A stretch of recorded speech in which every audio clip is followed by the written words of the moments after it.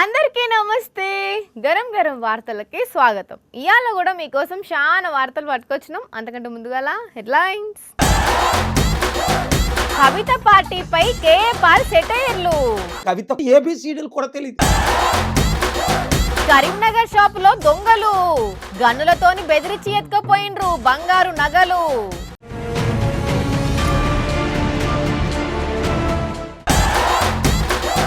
బండి నడుపుకుంటేనే కొడుతుండు మహిళను. ఏమనాలను లాగీసోంటి మనుషులను.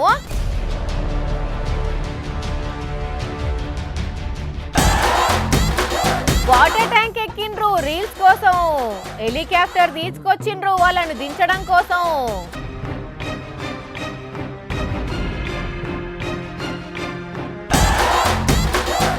ఏనుగు లేవట్టెత్తేసింది కారును. ఆపుకోలేకపోయింది దాని కోపంను.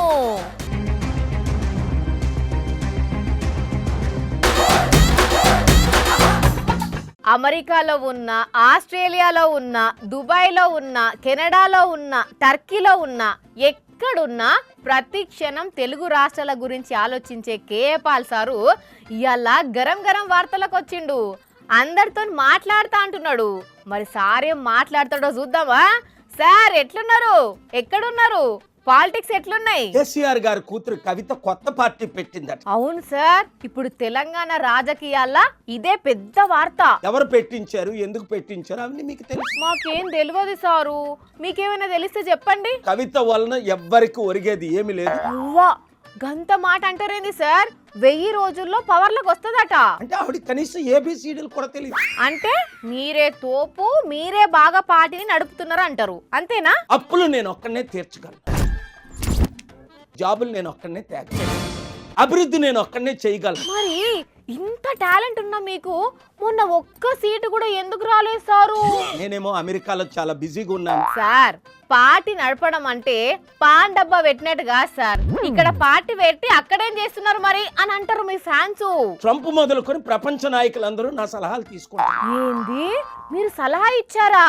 మరి యుద్ధాన్ని ఎందుకు ఆపుతలేరు సార్? ఇరాన్ యుద్ధం ఆపకపోతే 850 కోట్ల ప్రజలు నష్టపోతారు 200 దేశాల్లో. సారు, తెలుగు పాలిటిక్స్ మాట్లాడండి సారు. ఇంటర్నేషనల్ వద్దులేండి. మనల్ని మోసం చేయడానికి మరలా కవితని దించారు. సార్, మీరు కూడా రాజకీయాలు చేయండి, కానీ గిట్లా నుడేంది సార్? ఏమే సార్? అర్థం చేసుకో. ఏం అర్థం చేసుకోవాలి? ప్రజాశాంతి పార్టీ, అవినీతి లేని పార్టీ, అందరినీ అభివృద్ధి చేసే పార్టీ. అబ్బా, ఇట్లా 10 ఏళ్ళకెళ్ళి చెప్తానే ఉన్నారు సారు. ఓకే, అమెరికాకి వెళ్ళి ఎప్పుడు వస్తున్నారు సార్ మీరు? ఈ ఇరాన్ యుద్ధం సాల్వ్ అవగానే నేను మరలా వస్తాను కాబట్టి. ఓకే సార్, మీరు సూపర్. రాగానే మళ్ళా ఖచ్చితంగా గరం గరం వార్తలతో మాట్లాడాలి సార్. ఇక ఉంటా. కానీ పాల్ సార్ అంటే పాల్ సారే పోన్రి. సబ్జెక్ట్ కి సబ్జెక్ట్ ఉంటది, కామెడీకి కామెడీ ఉంటది. మామూలుగా దొంగలంటే రాత్రిపూట అందరు వండుకున్న తర్వాత పిల్లి లెక్క ఇంట్లోకి వచ్చి చేతికి అందిన ఎత్తుకొని పోతారు. ఇంకొందరు దొంగ బడివేగాళ్ళు ఆడోళ్ళు రోడ్డు మీద పోతుంటే వెనకెనక పోయి వాళ్ళ మెడల షైన్ దెంపుకొని మాయమవుతారు. ఇక ఇప్పుడు ఎంతకు తెగిచ్చిర్రంటే పట్ట పగటిలి పబ్లిక్ బంగారం షాప్కే చూటు పెట్టిర్రుల్లా. కరీంనగర్ జిల్లాల ఒక జ్యువెలరీ షాప్ లో జరిగిన దొంగతనం చూస్తే పానం జల్లు అంటది. కరీంనగర్ జిల్లా జ్యోతినగర్లున్న పిఎంజే జ్యువెలరీ షాప్ల దొంగతనం బాపతు సీసీ కెమెరా విజువల్స్ అవి. ఒక్కొక్కడు తుమ్మ మొద్దులు లెక్కున్నారు కదా. పొద్దున 10 కొట్టంగా షాపు తీయంగానే ఫస్ట్ ఒకడు కస్టమర్ లెక్క లోపడిపోయి నెక్లెస్ చూపెట్టమని అడిగిండాట. కొంటడు కావచ్చు అనుకొని సేల్స్ మెన్ నగలున్న డబ్బాలు తీసి ముంగట పెట్టంగానే మిగతా 4 దొంగలు లోపలికి వచ్చి తుపాకులు చూపెట్టి అందరినీ మోకాల మీద కూసోబెట్టిళ్ళు. అందులోకడు టేపు తీసి ఒక్కొక్కరి చేతులు కట్టేస్తుంటే మిగిలిన దొంగలు డబ్బాలల్లున్న నగలన్నీ సదురుతున్నారు. ఇంతల్నే ఒక సేల్స్ మేనేజరు ఏదైతే అదైందని లేచి వాళ్ళ మీద మరలబడ్డాడు. వెంటనే స్టాఫ్ కూడా దొంగల మీద అటాక్ చేసేటాళ్లకు వాళ్ళు బెదిరిపోయి తుపాకులతోని ఫైర్ చేసి చేతికి అందినవి తీసుకొని అవతల పడ్డారు. పాపం 4 స్టాఫ్కు తుపాకీ గుండ్లు దిగినాయట. హాస్పిటల్ గొంచబోయి ట్రీట్మెంట్ ఇప్పిస్తున్నారు. సీసీ కెమెరా విజువల్స్ తోని ఆ దొంగ బడివేగాళ్ళ కోసం ఎనుకులాడుతున్నారు పోలీసులు. కానీ ఆ స్టాఫ్ గనక ధైర్యం చేసి మరలబడకపోతే దొంగలు ఆ షాప్ మొత్తం ఖాళీ చేస్తుండే కావచ్చు అని అంటున్నారు ఈ ముచ్చట ఎరకైనోళ్ళు. రాను ఆలుమగల పంచాతులు చూస్తా అంటే వామ్మో ఇట్లా తయారైంద్రా బాబు అని అనిపిస్తున్నదుల్లా. ఎవ్వలకు ఓపిక అనేదే లేకుండా పోయింది. గోడితో పోయేదాన్ని కెలికి గొడ్డల్లాంక తెచ్చుకుంటున్నారు. ఇది వరకు ఆలుమగలు తిట్టుకున్నా కొట్టుకున్నా గడప దాటి బయటకు రాకపోతుండే, ఇప్పుడు డైరెక్ట్గా నడి బజార్ అనేది అనుకుంటున్నారు. ఓరి నీ కథ సల్లగుండా. ఆ రన్నింగ్ బైక్ మీద పోతున్నోళ్ళని చూస్తున్నారా? బైక్ నడుపుతున్న మనిషి వెనక కూసున్న ఆడామను ఫట్ట కొడుతున్నాడు. ఒక దిక్కు బైక్ డ్రైవింగ్ చేసుకుంటేనే ఆమె మీద అటాక్ చేస్తున్నాడు. ఆగో సుశీల్లా అనుల్లా ఎట్లా కొడుతున్నాడో. ఆమె ఎంటికలు పట్టి వీకుతున్నాడు, మోచేతితోని గిప్ప గుద్దుతున్నాడు. పాపం ఆమె ఏమంటలేదు. ఇదంతా వెనుకనే వస్తున్న ఒకళ్ళు వీడియో తీసి సోషల్ మీడియాలో పెట్టేటాళ్లకు ఆ సైకోగాడు నడి రోడ్డు మీదనే ఆమెను అంతగానం కొడుతున్నాడంటే ఇంట్లో ఇంకెంత కోస ఉచ్చుకుంటున్నాడో అని ఫైర్ అయిన్లు ఈ వీడియో చూసినోళ్ళు. ఒడిశా రాష్ట్రం భువనేశ్వర్లో జరిగింది ఈ ముచ్చట. ఆ సైకోన్ దొరకబట్టి గట్టిగానే కౌన్సిలింగ్ ఇచ్చిల్లట పోలీసులు. ఇక ఇక్కడ ఇంకో కథ. భార్య మీద కోపంతోని అత్తనెత్తి వాళ్ళ కొట్టిండు ఒక మూతవారి. ఆ సీసీ కెమెరా విజువల్స్ చూస్తున్నారా? అల్లుడు బండి నడుపుతుంటే అత్త వెనుక ఊసున్నది. ఏదో ముచ్చట మీద మాట వెరిగి బైక్ నడుపుతున్న అల్లుడు హెల్మెట్ తీసి అత్తనెత్తి మీద ఫట్టుమని కొట్టేటాళ్లకు ఆమె బ్యాలెన్స్ తప్పి కింద పడి జీవిడ్చింది. అసలు ఏం జరిగిందంటే మేడిపల్లిలుండే స్నేహితు కావ్య భార్య భర్తలు తాడో పేడో తేల్చుకుందామని అత్తగారింటికి పోయిన స్నేహితు అత్తను బండి మీద ఊసబెట్టుకొని తీసుకొస్తుంటే తొవ్వల అత్తతోన్లో లైంది. ఆ కోపంతోని బైక్ నడుపుతున్న స్నేహితు హెల్మెట్ తోని అత్తనెత్తి మీద కొట్టిండు. మళ్ళీ ఏమెరగనట్టు మీ అమ్మ ఫిట్స్ వచ్చి బండి మీద నుంచి కింద పడ్డది అని భార్యకు అబద్ధం చెప్పిండు. అయితే ఆమె తన భర్త మీద డౌట్ తోని ఆ దారిలున్న సీసీ కెమెరాలు చెక్ చేస్తే అసలు ముచ్చట బయటపడింది. పోలీసులు స్నేహితును అరెస్ట్ చేసిండ్లు. ఏందో ఏమో పోన్రి, క్షణిక ఆవేశంతోని బతుకులు బర్బాదు చేసుకుంటున్నారు.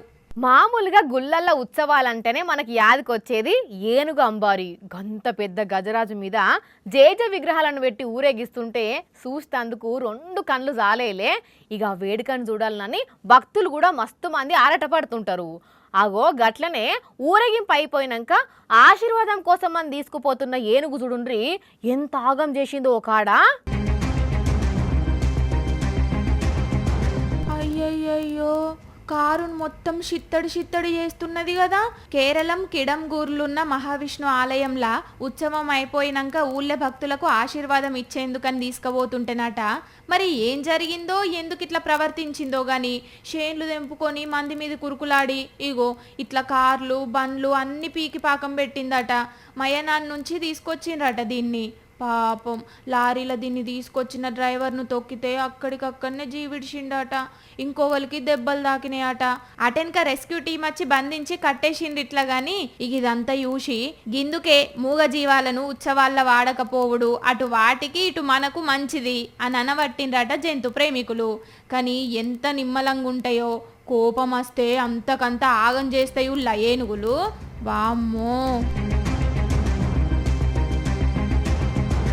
ఏం మనుషులు తయారవుతుర్రులా. అరే చదువు వస్తే ఉన్నమతి పోయిందన్నట్టే చేస్తురు కొందరు. అండ్లు ఇంకా పెళ్లి చేసుకుపోయే ఆడవిల్లలైతే ఇంకా ఘోరం.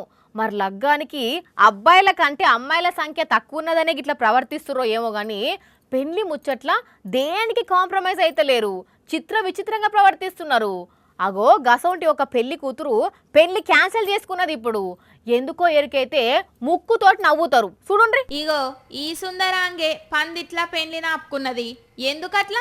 ఎవరన్నా లవ్ చేసిందట్నా అంటే లవ్ లేదు, లవంగం లేదు. పెళ్లి కొడుకు మొకమాట హీరో లెక్క లేదట, అందుకని క్యాన్సల్ చేసుకున్నది. అవు కరెక్టే మీరిన్నది. ఫోటోలనేమో హీరో లెక్కున్నాడు, డైరెక్ట్ చూస్తే దారుణంగా ఉన్నాడు. చల్, నాకు ఈ పెళ్ళొద్దని లొల్లికి దిగింది పిల్ల. మధ్యప్రదేశ్ బ్యోహరిలైన భాగవతం ఇది. ఇక ఆయనతో ముచ్చట పోలీసుల దాకా పోయి 2 కుటుంబాలను కూసోబెట్టి మాట్లాడి పెళ్ళైతే క్యాన్సల్ చేసిండట పోలీసులు. కానీ ఇక ఈ ముచ్చటెరకైనా అక్కడి కొందరు ఆ పెళ్లి కొడుకెవలో గాని మస్తు అదృష్టవంతుడు, లేకుంటే పిల్ల పుసుక్కన పెద్దల కోసం తలొంచి పుస్తే కట్టించుకొని అని మూనికి పట్టుకపోయి ఆగం చేసుడో, బ్లూ డ్రమ్ము వాడి బుగ్గగాన్ని వేసుడో చెయ్యకుండా బచాయించిండు అని అనుకుంటుంటే, ఇంకొందరేమో నేను కూడా ఫోటోలు చూసి మోసపోయినా, తీర పెళ్లి చూపులకు పోయినాక మనిషిని చూసి పరిశాన్ అయినా అనుకుంటా గత స్మృతులను యాద్ చేసుకోబట్టిండ్రట. కానీ హీరో లెక్క లేడని ఇట్లా పెళ్లి ఆపుకునుడైతే టూ మచ్లే. ఏదైనా పని చేస్తే ఒక పద్ధతి ప్రకారం చేయాలి, ఏదైనా మాట్లాడితే ఒక పద్ధతి ప్రకారం మాట్లాడాలి, ఎటన్నా పోవాలనుకుంటే ఒక పద్ధతి ప్రకారం పోవాలి. ఆఖరికి బండ్లు కార్లు నడిపిన ఒక పద్ధతి ప్రకారం నడపాలి కదా. కానీ ఇక్కడ మాత్రము కొందరు రీల్స్ చేయాలని చూసిర్రు, కాకపోతే పద్ధతి ప్రకారంగా చేయలే. దెబ్బకు చూడుండ్రి ఏమైందో. రీల్స్ కోసం ప్రమాదకరమైన ట్యాంకు నెక్కుతుంటే నవ్వులు పోయి నువ్వులైనయి ఉత్తరప్రదేశ్ రాష్ట్రంలా. హగ చూడుండ్రి, ట్యాంకు మీద చిక్కుకపోయిన ఇద్దరిని హెలికాప్టర్ను తీసుకొచ్చి ఎట్లా కాపాడినరో.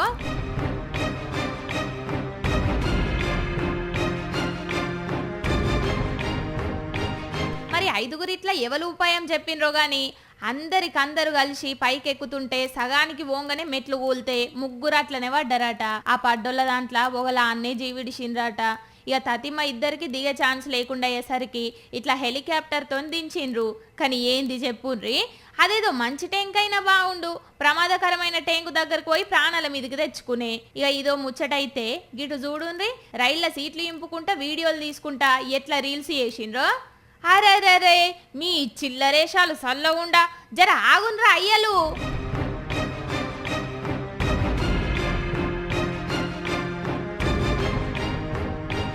ఇక వీళ్ళని ఏమనాలనో ఏమంటారో అనుండ్రి.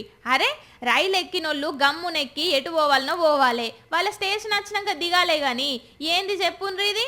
మరి ఇది ఏ రైలు అయిందో గాని పోలీసులకు దొరికితే మాత్రం గట్టి వార్నింగే ఉంటది పోన్రి.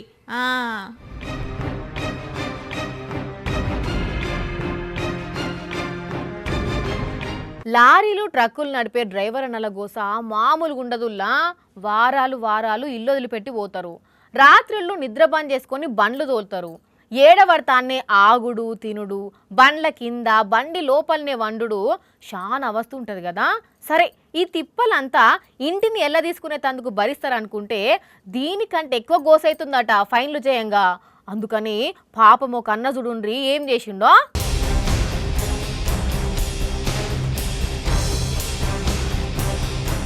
అయ్యో ట్రక్కు మీదకెక్కి కూసున్నాడు కదా, కిందంతా జనాలు పోలీసోళ్ళు ఉన్నారు.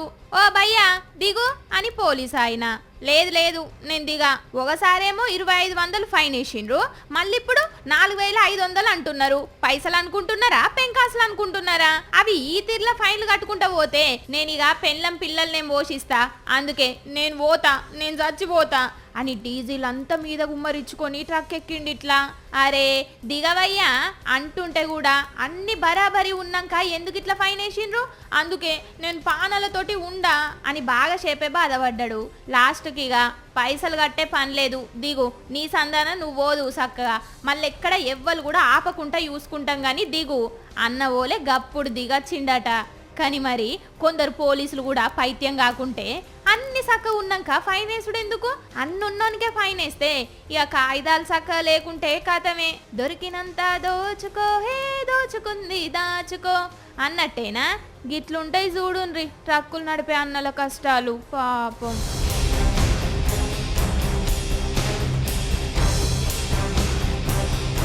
చూసిరు కదా, ఇవి ఇవాల్టి గరం వార్తలు. మళ్ళొచ్చే ఎపిసోడ్లో ఇంకిన్ని గరం వార్తలతో కలుద్దాం. మన టైం అయితే గుర్తుకున్నది కదా, రాత్రి 8:30కు మళ్ళీ పొద్దుగాల 8:30కు. మర్చిపోకుండా చూడండి. టాటా.